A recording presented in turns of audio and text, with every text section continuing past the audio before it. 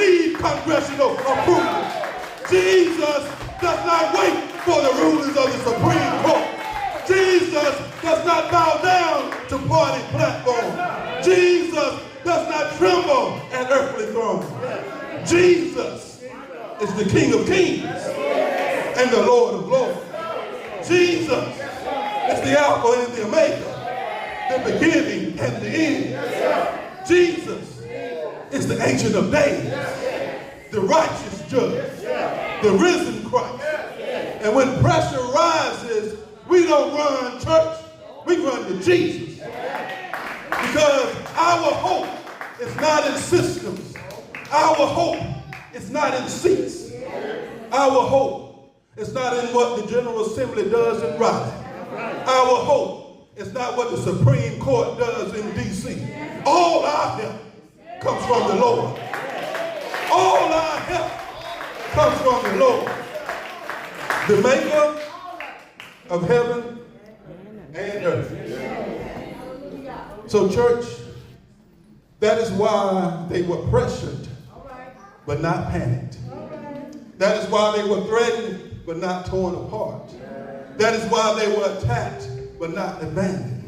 And that has always been the history of God.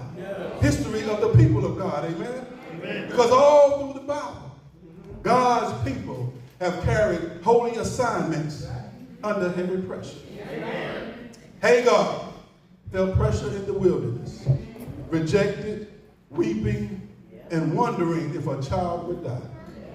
But the God who sees opened her eyes to a well in a dry place.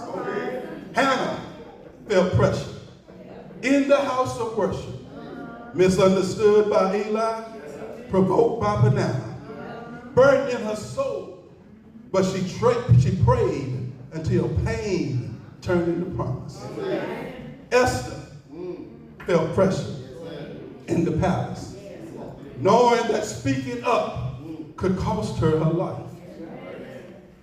But pressure pushed Esther into purpose, and she stood for her people for such a time as this. I wish I had one or two Bible. Nehemiah felt pressure on the wall, marked and threatened by Sanballat and Tobiah, surrounded by enemies.